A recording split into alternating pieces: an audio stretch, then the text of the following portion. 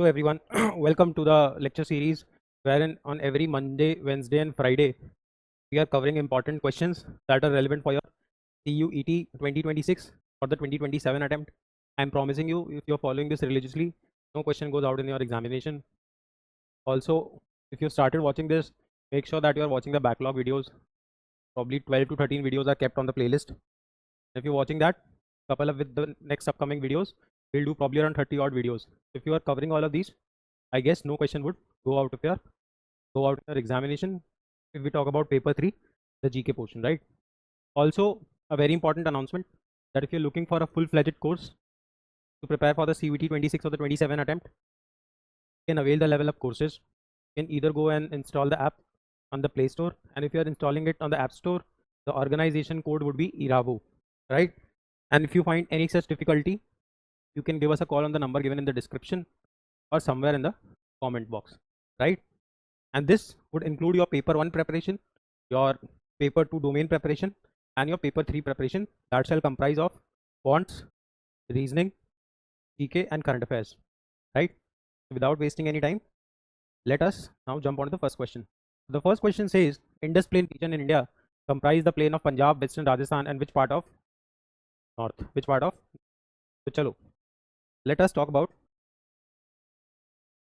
the Indus Plain.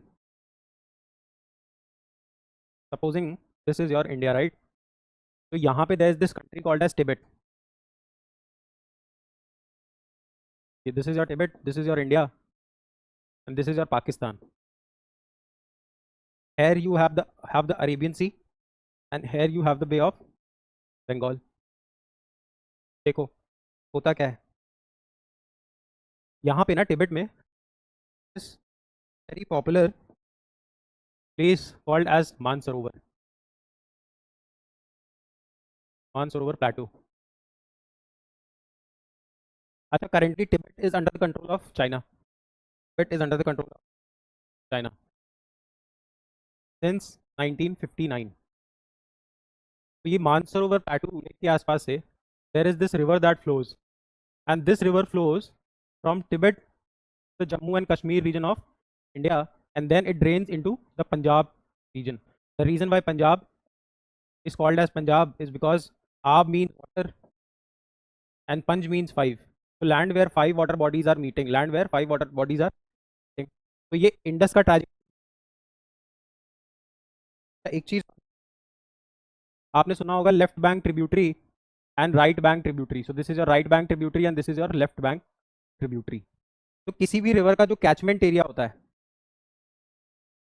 Catchment या फिर basin, वो रीजन वो होता है जहां पे रिवर या तो उसकी कोई ट्रिब्यूटरी फ्लो कर रही हो. तो इंडस का जो कैचमेंट रीजन है वो पूरा ये बड़ा सा एरिया हो गया. तो इससे मैंने ये कंक्लूड कर लिया कि ये जो रिवर इंडस है, this is flowing from Tibet, then the Ladakh region. पहले जम्मू कश्मीर था इसलिए मैंने जम्मू एंड कश्मीर बोला, but precisely from the Ladakh region of India. Then it enters into PoK, और उसके बाद अल्टीमेटली एक कराची नाम का पोर्ट है यहाँ पे. तो there is this port by the name Karachi. ये कराची में ड्रेन कर जाती है अरेबियन सी में. तो then it goes to Karachi and ultimately flows into the Arabian sea. ठीक, अभी इसमें एक राजस्थान का भी कॉन्टेक्स्ट आ जाएगा. वह राजस्थान, ठीक, हमने ना राजस्थान में एक कैनाल बना रखी है bye the name Indira Gandhi canal. अब इस इंदिरा गांधी कैनाल में जो पानी है वो आपका झेलम रिवर का भी आ रहा है, and Jhelum is a tributary of Indus. Jhelum is a tributary of Indus. इसलिए हम मान के चलते हैं, so Punjab, Ladakh, your Rajasthan region and then your Pakistan region, ये इसका कैचमेंट एरिया है इंडस का. अंडरस्टूड. अब क्वेश्चन को देखते हैं. The question says Indus plain region. भाई नदी निकलेगी तो आसपास प्लेन्स बनाएगी, अलुवियल डिपॉजिट से जो कैचमेंट एरिया रिवर बेसिन है, एग्रीकल्चर बहुत हाई होगा, इसलिए यूल सी पंजाब में agriculture is very high. Indus plain region in India comprises the plain of Punjab, western Rajasthan, मैंने अभी बताया Indira Gandhi canal, which part of north? Jammu and Kashmir would be your answer, and to be precise the answer should be Ladakh. The answer should be precisely Ladakh. चलो, so this is something which you can तो इंडस यहाँ से आएगी, यहाँ lake Mansarovar से होते हुए this will flow into the Arabian sea. All of this the tributaries will form the catchment area. इसी को बेसिन एरिया बोलोगे, कैचमेंट या फिर basin.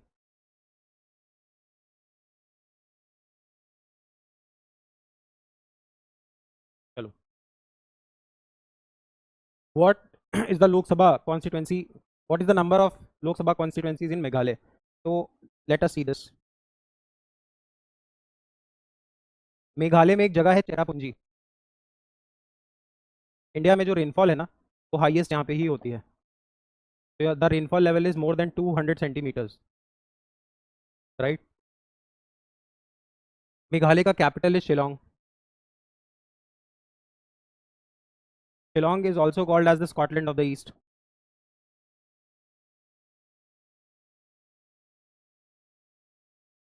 Please remember all of this. ये मैं आपको ऐसे ही नहीं बताता हूँ, I can tell you a lot of things, but जितना मैं बताता हूँ उतना क्वेश्चन से रेलिवेंट होता है।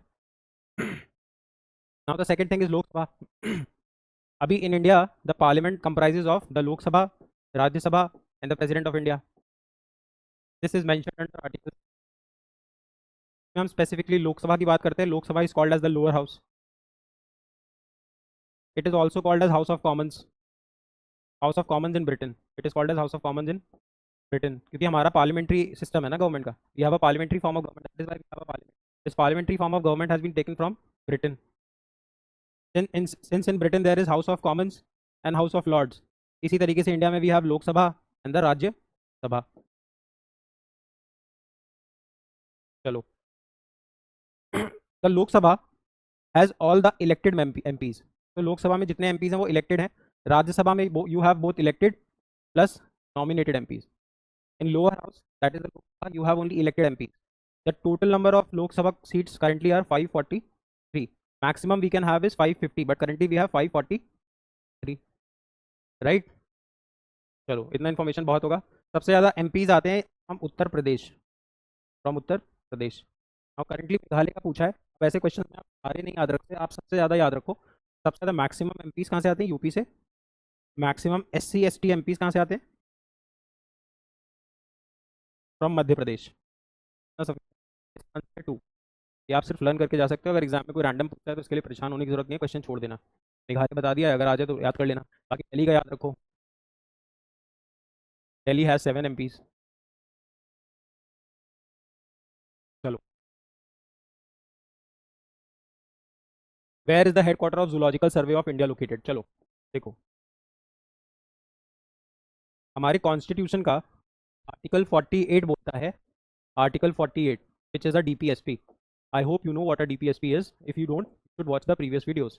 And since DPSPs are non-justiciable, तो आप कोर्ट नहीं जा सकते। आर्टिकल 48 हमसे कहता है कि we should protect our environment. Now our environment shall comprise of biotic things and abiotic things. Biotic means living and abiotic. अब लिविंग में हम ह्यूमंस हैं तो हम अपना प्रोटेक्शन तो कर ही रहे हैं, है ना। बट लिविंग में we have animals also, we have different plants, and we have which has both animals and plants, which can be called as forest. तो हमारी जिम्मेदारी बनती है कि हमें एनिमल्स, प्लांट्स और फॉरेस्ट प्रोटेक्ट करने हैं। इनको प्रोटेक्ट करने के लिए हमने एक apex which is called as the zoological, मतलब सॉरी एनिमल्स। फिर प्लांट्स के लिए हमने बना दिया बोटानिकल सर्वे ऑफ इंडिया, और फॉरेस्ट के लिए हमने बना दिया फॉरेस्ट सर्वे ऑफ इंडिया। में कितने फॉरेस्ट हैं? Are those forest being protected or not? How many different species of plants do we have? How many different species of animals do we have? What are we doing for their conservation? What are we doing for their habitat? ये सारी चीज़ें ये study करते हैं। Zoological and Botanical Survey of India have their headquarters in Kolkata. In Kolkata. Kolkata was India's capital prior to 11. It was only in the year 1911 when King George V visited India, and he shifted the capital from Calcutta to Delhi. Calcutta to Delhi. For the Forest Survey of India, the headquarter is in Dehradun. Forest survey of India की एक report आती है, forest stability report, forest stability report. It is a biennial report. Biennial means will come once in every 2 years, मतलब 2 साल में.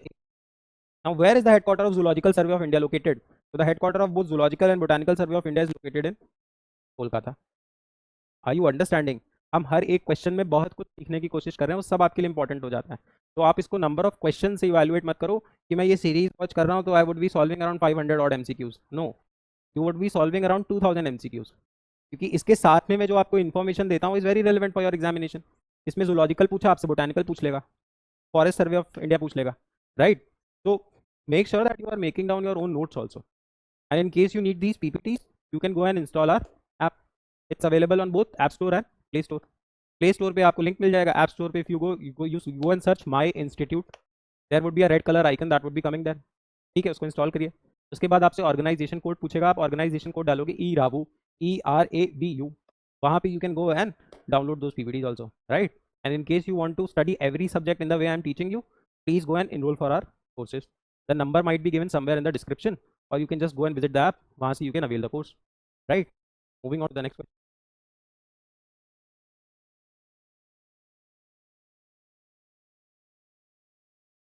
Who appoints and chooses Secretary General of Lok Sabha and Rajya Sabha?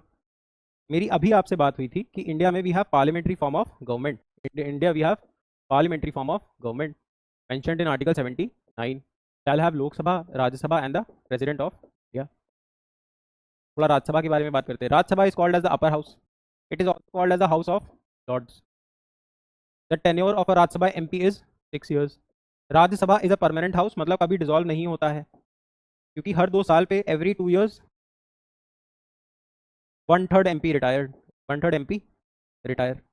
तो कभी भी ये dissolve होगा ही नहीं. लोकसभा में हर 5 साल में इलेक्शन होते हैं तो डिसॉल्व करनी पड़ती है. राज्यसभा में तो हर 2 साल में 1/3 छोड़ते हैं, 1/3 आते रहते हैं, राइट? बाकी ठीक है, इतना बहुत है. अब ये राज्यसभा का जो एक्स ऑफिशियल चेयरमैन होता है, जो राज्यसभा कंट्रोल करता है, राज्यसभा का मॉनिटर होता है, वो होता है vice president of India. Very important for your examination, because अकर जी ने रेजिग्नेशन दिया है तो vice president is very important. Good watch the previous video, मैंने वाइस प्रेसिडेंट भी डिटेल में कराया हुआ है. प्रेसिडेंट की हेल्प करने के लिए जो सबसे सीनियर ऑफिसर होते हैं वो होते हैं सेक्रेटरी जनरल ऑफ राज्यसभा. इसी तरीके से जो आपके स्पीकर होते हैं उनको असिस्ट करने के लिए एक पोस्ट होती है जिसका नाम होता है सेक्रेटरी जनरल ऑफ लोकसभा. अब ये दोनों असिस्ट कर रहे हैं इन दोनों को, तो इनका अपॉइंटमेंट भी इन्हीं के हाथ में दे दो भाई. अपना सबॉर्डिनेट खुद चुन लो ताकि you are more compatible, so that you can work more efficiently. So please select your own deputy. तो secretary general of Rajya Sabha is chosen by या appointed by the vice president. Secretary general of Lok Sabha is appointed by और selected by the speaker of Lok Sabha. Question है, who appoints and chooses secretary general of Rajya Sabha? तो answer होगा राज्यसभा का chairman, who is none but the vice president of India. Vice president of India. समझ में आया? As per article 64 and article 89, who shall be the ex officio chairman of council of states? अभी मैंने बताया council of states की बात की हमने. Council of states is nothing but Rajya Sabha. Rajya Sabha का चेयरमैन कौन होता है? Vice president of India. Ex officio chairman होता है. एक्स ऑफिशियो मतलब कि अगर आप इंडिया के वाइस प्रेसिडेंट हैं तो 100% आप राज्यसभा के चेयरमैन हो. तो your answer would B vice president. Assam enjoys global monopoly in terms of silk. अब ये देखो, ऐसे क्वेश्चंस भी आपको रटने ही पड़ते हैं. इसमें नथिंग कॉल्ड एज कॉन्सेप्ट. बस आप याद रखो कि muga silk is very popular, है ना? मूगा सिल्क कहाँ का? असम का. Assam is called as the buffer state of India. Buffer state होता है जो दो कंट्रीज के बीच में एक बीच का काम करता है, तो buffer state of India.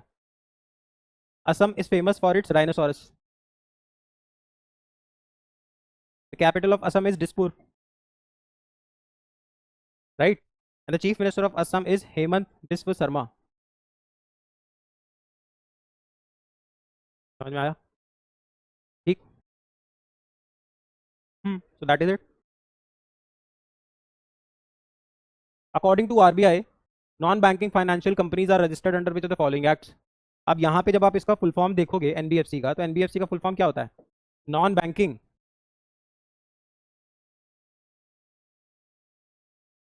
Financial companies. अभी जैसे ये देखोगे तो यूल फाइंड कंपनी. अब इंडिया में कोई भी कंपनी है तो वो रेगुलेट होती है कंपनीज एक्ट 1956 था पहले, उसको रिप्लेस कर दिया कंपनीज एक्ट 2013 से. तो तो कोई भी कंपनी किससे रेगुलेट होगी? Companies act 2013। आपके पास डिफरेंट टाइप की कंपनीज हो सकती हैं।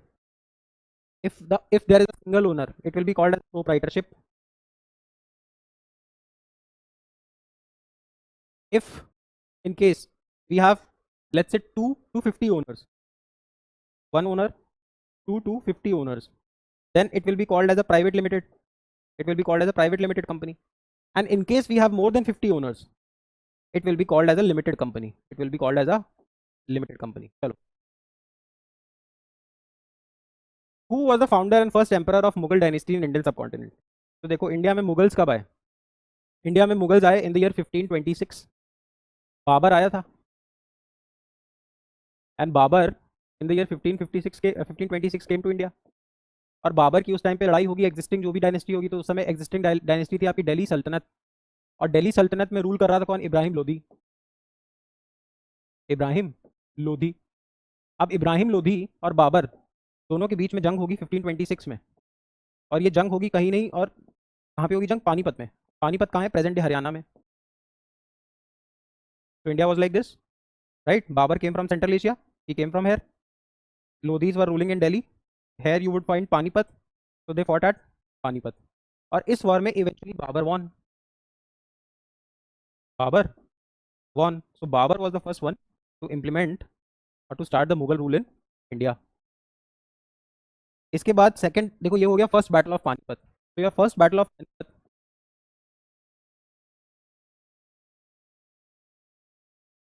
first battle of Panipat was fought between Babur and Ibrahim Lodi. Your second battle of Panipat, which took place in 1556, ये वाला हुआ था 1526। ये हुआ था अकबर वर्सेस हेमू, अकबर एंड हेमू। इसके बाद थर्ड बैटल ऑफ पानीपत, ये होगा आपका 1761 में बिटवीन अहमद शाह अब्दाली एंड मराठाज। इन तीनों के बीच में एक ही चीज़ कॉमन है, वो है पानीपत। वो है पानीपत। सवाल आएगा पानीपत में इतने वॉर्स क्यों होते थे? देखो पानीपत में वॉर्स इतने ज़्यादा इसलिए होते थे क्योंकि देखो बाहर से जो भी इन्वेजन इंडिया में होती थी वो यहाँ से होती। अब पानीपत के पास में ही दिल्ली था, तो इंडिया में जो भी रूल करता होता था वो दिल्ली में बैठता था। अब दिल्ली तो नहीं घुसने देगा ना सीधे, दिल्ली तो कैपिटल हो गई। दिल्ली के पास में इन्होंने एक जगह स्पॉट कर ली, पानीपत। अब पानीपत के कुछ एडवांटेज थे। पानीपत एक तो पहले प्लेन्स में है, मैदान। हरियाणा में पानीपत जाओगे तो मैदान है, तो वहाँ वॉर आसानी से हो सकते हैं, फ्लैट ट्रैक्स, सीधा वॉर। फिर यहाँ पे यहाँ के जो आर्टिजन्स थे, कारीगर थे, ये वेपन्स बनाने में अच्छे थे, तो यहाँ वेपन्स का ईजी एक्सेस था। फिर वेदर भी ठीक ठाक था। तो Panipat was a very suitable place for any war to be fought. Hence we see there were 3 wars fought. The first battle of Panipat between Babur and Ibrahim Lodi in the year 1526. The second battle of Panipat between Akbar and Hemu in the year 1556. The third battle of Panipat between Ahmad Shah Abdali and the Marathas in the year 1761. Right? Chalo. So question है, who was the founder and the first emperor of subcontinent? So answer would be right. Khajuraho group of temples is dedicated to 2 religions, Hinduism and which other religion? तो Khajuraho temples आपको मिलेंगे मध्य प्रदेश में। Khajuraho are ancient temples, इसको भी याद करने जैसी चीज़ है ये। तो हिंदुइज्म एंड जैनिज्म, तो Khajuraho temples, Khajuraho temples have pictures of both Hinduism, Jainism. There are different forms of architecture in temples also. Someday we'll cover it. It's not very important for your examination, but Nagara style होती है ना? तो lot of styles. चलो, मतलब अपने आप में 2-3 घंटे का एक टॉपिक है। Which ruler of Pratihara dynasty built the city of Bhopal, that is Bhopal? तो एक प्रतिहारा नाम की डायनेस्टी हुई इंडिया में। ये मुगल्स के आने से पहले की बात है। उस समय इंडिया कुछ इस तरीके का हुआ करता था। तो ये जो सेंट्रल इंडिया वाला रीजन है, मध्य प्रदेश वाला रीजन है ना, सौराष्ट्र वाला रीजन है, यहाँ पे एक डायनेस्टी थी जिसका नाम था Pratihara dynasty. This Pratihara dynasty was from 800 to 950 AD, मतलब आज से लगभग 1000 साल पहले की बात बता रहा हूँ मैं आपको, है ना? चलो, तो प्रतिहार डायनेस्टी में ही एक शहर बना था भोपाल, क्योंकि ये इस वाले रीजन पे रूल करते थे। Bhopal which is currently the capital of Madhya Pradesh, capital of Madhya Pradesh. तो एक राजा हुए भोजपाल नाम के, प्रतिहारा डायनेस्टी के एक राजा थे भोजपाल। तो प्रतिहार एक डायनेस्टी है जो लगभग 150 साल तक रूल करेगी सेंट्रल इंडिया में, 800 to 950 AD। इसी में डिफरेंट, अब 150 साल में डिफरेंट डिफरेंट राजा आएंगे, उसमें से एक राजा आएगा भोजपाल। भोजपाल अपने नाम पे एक शहर बसाएगा जिसका नाम पड़ेगा भोपाल। क्वेश्चन क्या पूछा हुआ है? ये राजा कौन है ना? तो दिस इज मिहिर भोज। मिहिर भोज, मिहिर भोज। भोज मतलब भोजपाल, भोजपाल से आया भोपाल। चलो मिहिर भोज। इससे एक क्वेश्चन और पूछ सकता है। मिहिर भोज कौन सी डायनेस्टी के थे? तो ये was from the Pratihara dynasty. And Pratihara dynasty used to rule in the central India, place around Madhya Pradesh, Gujarat and Rajasthan, parts of Rajasthan. OBC bank and UBI bank, ये देखो, ये हटाओ, ये क्वेश्चन करंट का है, बेकार है। चलो, between whom the second battle of Panipat was fought. अभी मैंने आपको पानीपत इतना बढ़िया से बताया, तो your answer would B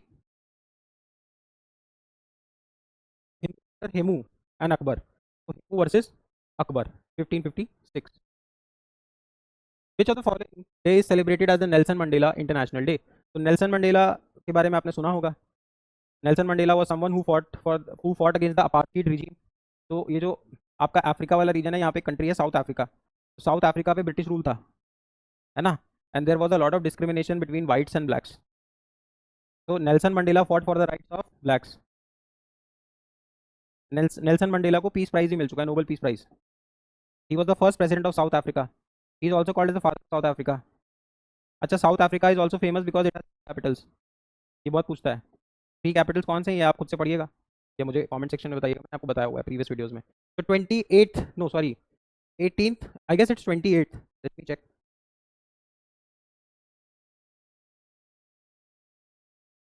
18th, so 18th of July he was born. 18th of July is his birthday. Hence 18th of July every year is celebrated as Nelson Mandela Day.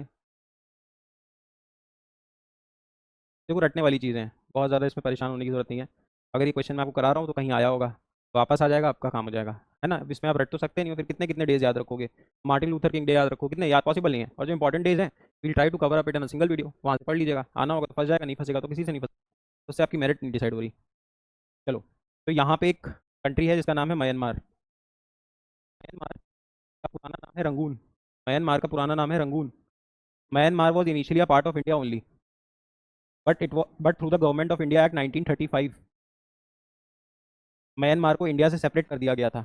और in 1937 Myanmar was born as a country.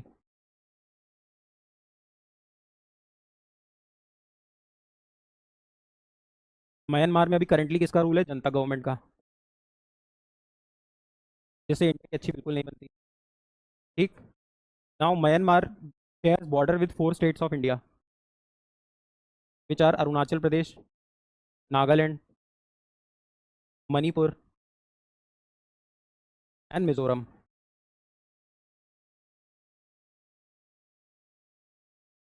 है ना? अब यहाँ पे Myanmar में एक lake है।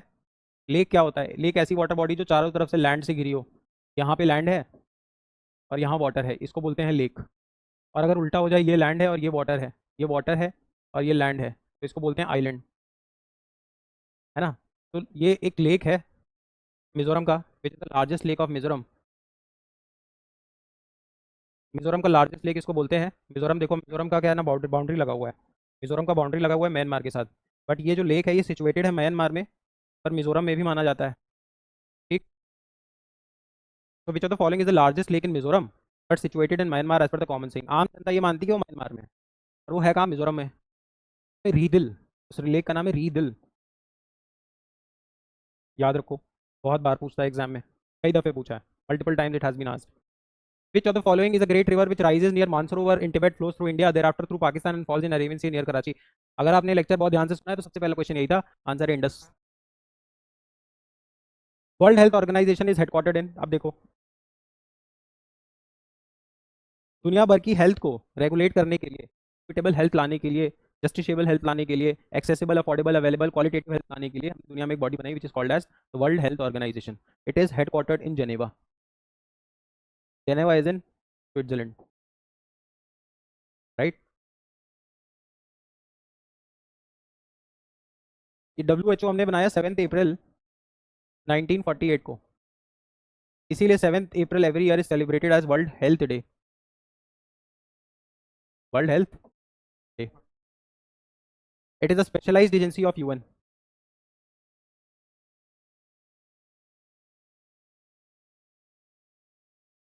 Specialised agency of UN। इसकी डायरेक्टर जनरल का नाम आप मुझे कमेंट सेक्शन में प्लीज बताइएगा, पूछ सकता है एग्जाम में, डायरेक्टर जनरल ऑफ WHO।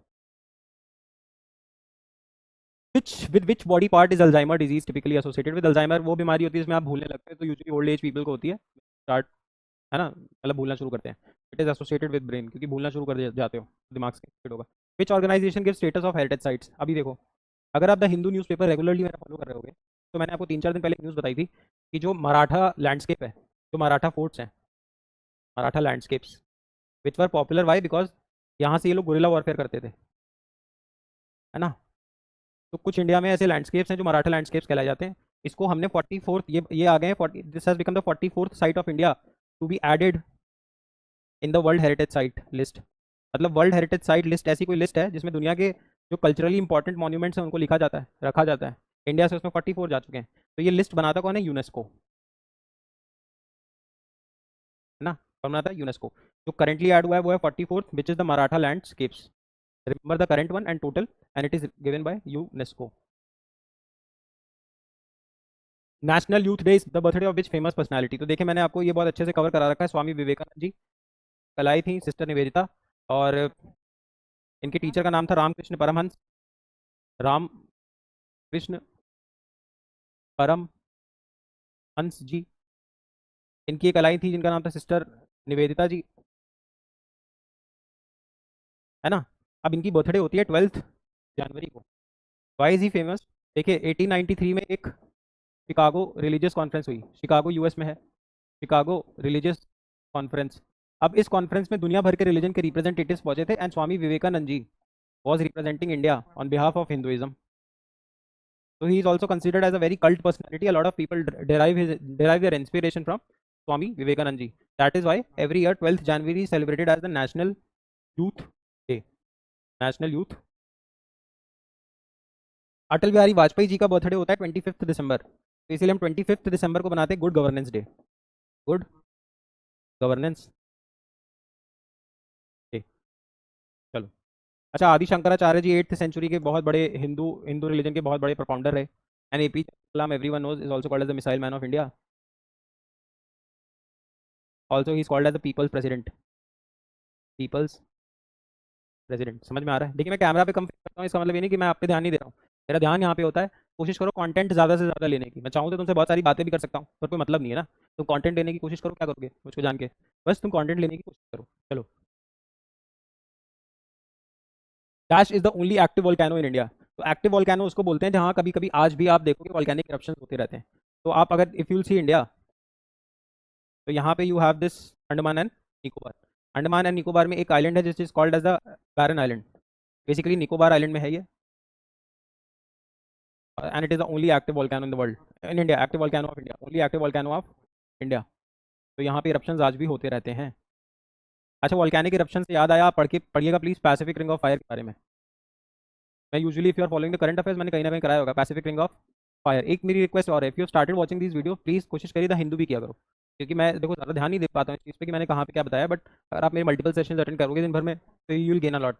मैं कोशिश करता हूँ रिपीट ना हो चीज़ें, और if let's say I am teaching the Hindu also, वहाँ पे भी मैं कोशिश करता हूँ। देखो, मेरा सिंपल से पढ़ाने का तरीका, मेरे पास जो भी सामने होता है उससे रिलेटेड चीज़ें बता देता हूँ। तो अब जैसे let's say if I am discussing the Hindu, तो अंडमान निकोबार आया, तो वहाँ पे हमने अंडमान निकोबार की ज्योग्राफी पढ़ ली। आज से 3-4-5-7 एक हफ्ते पहले का एडिशन होगा, एक हफ्ते पहले का जो न्यूज़पेपर था उसमें हमने अंडमान निकोबार की ज्योग्राफी का पूरा ऑपरेशन किया था। तो please start watching the Hindu also, देखिए, if you understand what I teach. Which is the first country to introduce RTI? तो देखो, आरटीआई क्या है? हमारी कॉन्स्टिट्यूशन में there are certain fundamental rights, there are certain fundamental rights. The fundamental rights are mention under part 3 of the constitution. The fundamental rights are mention under part 3 of the Indian Constitution. These are justiciable, which means in case my fundamental rights are getting breached, I can reach the Supreme Court or I can go to the High Court, right? Ask for revocation of my fundamental rights. These fundamental rights are mentioned from Article 12 to Article 35. अब हमने अपने fundamental rights को different different fundamental rights में बांट रखा है। इन्हीं में से एक राइट है हमारा आर्टिकल 19(1)(a), तो ये कहता है there shall be freedom of speech and expression. Freedom of speech and expression, अभिव्यक्ति की आज़ादी। मतलब अगर मेरी मर्जी तो मैं वो बोल सकता हूँ, although some caveats are there, some exceptions are there. 19(2) में इसके एक्सेप्शंस भी लिखे हैं कि आप सब कुछ नहीं बोल सकते हो, जो मन आ रहा है बोल रहे हो, बट फिर भी वाइडर एम्बिट में देखोगे तो you have this freedom of speech and expression. अब हुआ क्या? सुप्रीम कोर्ट और बाकी सबने इंटरप्रिटेशन लगाया कि स्पीच और एक्सप्रेशन तो तब होगा व्हेन आई हैव इन्फॉर्मेशन। अरे, मेरे दिमाग में कुछ इन्फॉर्मेशन होगी तभी तो स्पीक करूंगा, तभी तो एक्सप्रेस करूंगा। तो इसके लिए information is also very crucial. तो हमने राइट टू इन्फॉर्मेशन, कि मेरे पास जानकारी की भी एक अधिकार हो, इस राइट टू इन्फॉर्मेशन को बना दिया इम्प्लाइड फंडामेंटल राइट। मतलब this is not explicitly mention in the constitution, not explicitly but impliedly. How impliedly? क्योंकि 19(1)(a) में freedom of speech and expression दिया हुआ है, इस वजह से right to information is also part of freedom of speech and expression. अब freedom of speech and expression सबसे पहले दुनिया में आया था स्वीडन में। स्वीडन की कैपिटल है स्टॉकहोम। स्टॉकहोम स्वीडन की कैपिटल है स्टॉकहोम। स्विट्जरलैंड की कैपिटल आप मुझे बताओगे? डेनमार्क की कैपिटल है कोपेनहेगन। अच्छा, Denmark is the country that has control of Greenland island. Greenland एक है ना, ग्रीनलैंड। ग्रीनलैंड पे भी किसका कंट्रोल है? डेनमार्क का। Dash is the UN organisation mandated to protect the right of every child. अब जब बच्चों के लिए आपको सबको पता है, UNICEF. Very easy, UNICEF, united nation international children emergency fund. United nation international children emergency fund, पहले इसका नाम था united nations international children emergency fund. अब हमने ना क्या किया है, इसमें से इंटरनेशनल हटा दिया है और इमरजेंसी हटा दिया है, क्योंकि हमें तो बच्चों को प्रोटेक्ट करना ही है। तो अब नाम है इसका United Nations children fund. It is headquartered in New York. Is headquartered in New York. This is United nation general assembly. इसके बाद यूनेस्को। यूनेस्को भी हम करके आ रहे हैं। चलो, who is known as the father of Indian constitution? Very simple, B R Ambedkar ji is called as the father of Indian constitution. Maulana Abdul Kalam ji was the first education minister of India. First education minister of India. C Rajagopalachari was the first governor general of independent India. Independent India. Sardar Vallabh Bhai Patel also called as the steel he is also called as the father of एक तो father of modern civil services, father of modern civil services, iron man of India, not steel man of India, iron man of India। अच्छा, civil services का ये है ना, civil services is called as the steel frame of India. कि civil services पे ही हमारा देश टिका हुआ है, स्टील फ्रेम ऑफ इंडिया। कैसे टिका हुआ है कभी समझेंगे, not necessarily to be talked about. अच्छा, Sardar Patel was the first home minister of India. Sardar Patel ji is also popular why? Because he launch the Bardoli Satyagraha. Bardoli Satyagraha. Bardoli is a place in Gujarat. Sardar Patel was the one who launched Operation Polo. Operation Polo क्यों था? हैदराबाद को अपने control में लाने के लिए। Answer is B R Ambedkar ji. B R Ambedkar ji is called as the father of Indian Constitution. B.R. Ambedkar ji belonged to the Meher caste.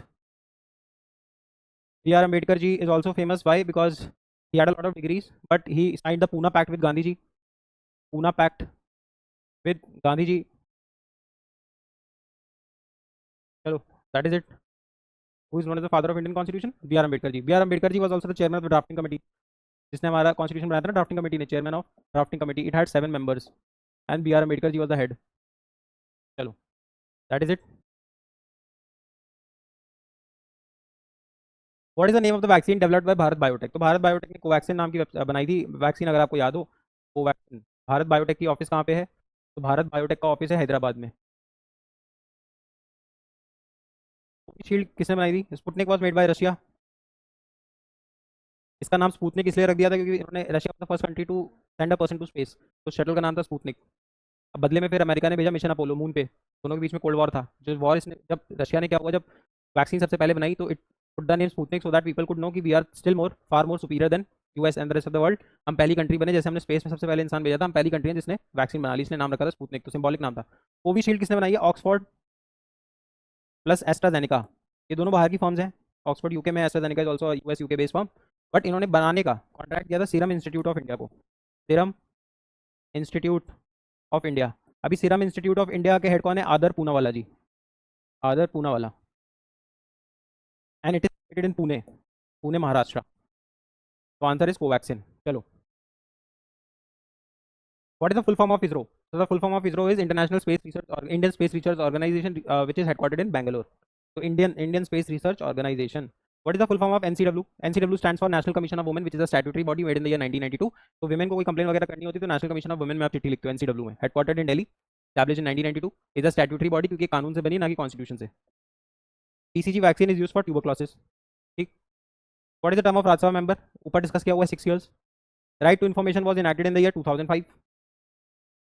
World environment day is observed on which date? तो देखो, world environment day होता है 5 जून को। क्यों होता है 5 जून को? क्योंकि जब एनवायरमेंट के बारे में कंसर्न बढ़ा, एनवायरमेंट के बारे में कंसर्न बढ़ा, एक राइटर थी Rachel Carson. Rachel Carson, Rachel Carson ने एक बुक लिखी थी the silent spring. The silent spring. Silent spring में उन्होंने बताया था कि कैसे हमारा एनवायरमेंट हमें नेगेटिवली इंपैक्ट कर रहा है and why we need to protect the environment. अब इस वजह से धीरे धीरे जब अवेयरनेस बढ़ी तो 1972 में दुनिया भर के देश मिले स्टॉकहोम नाम के शहर में। कहाँ पे? स्टॉकहोम। स्टॉकहोम कहाँ है? स्वीडन में। अभी बताया था आपको। अब जब स्वीडन में मिले तो इन सब ने बात की इन्वायरमेंट की और बोला हम इन्वायरमेंट के लिए प्रोटेक्शन करेंगे, इसीलिए आगे जाके आप देखोगे रियो समिट वगैरह होगी। बस आप याद रखो 1972 5 जून 1972 को ये सारे मिले थे। कहाँ पे? स्टॉकहोम स्वीडन में। इसके बाद हमने इन्वायरमेंट पे ग्लोबली काम करना तेज किया। अगर इंडिया के पर्सपेक्टिव से देखोगे तो 1973 में जैसे इंदिरा गांधी जी वहाँ से वापस आई उन्होंने प्रोजेक्ट टाइगर लॉन्च कर दिया था। इसलिए 5 June every year is celebrated as world environment day. और 5 जून 1972 को जब स्टॉकहोम में ये सारे मिले, इन सब ने क्या बोला कि भाई अभी जब पीएम वगैरह मिल रहे हैं, समिट लेवल मीटिंग प्रेसिडेंट हो रहा है, तो कुछ तो बनाया जाएगा। तो इन्होंने एक बॉडी बना दी, यूनाइटेड नेशन एनवायरमेंट प्रोग्राम, जिसका हेडक्वार्टर इन्होंने रखा नायरोबी में। नायरोबी कहाँ है? केनिया में। तो answer is 5 June. Very important, this is very relevant for your examination. बहुत पूछता है ये question. So that is it for today. I hope you enjoyed the session. If you have been watching these videos, please start watching all those videos that are left in the backlog. And if you want to avail a full-fledged course, you can go and install our app. In case you want this PPT, you can install our app. In case you have any such preparation problems regarding CLAT, CUT or IB-MAT examination, you can give us a call on the number given in the description. Our team will get back to you. And I hope you have been liking these videos. I'll meet on Friday now. For now, thank you so much. I hope you like the videos. And if you have been liking these videos, please like, share, comment, and subscribe. And also tell people कि भाई ये बहुत अच्छी सी series है, and start watching this if you genuinely like it. Okay, चलो for now thank you so much. I will probably meet on Friday now. Thank you.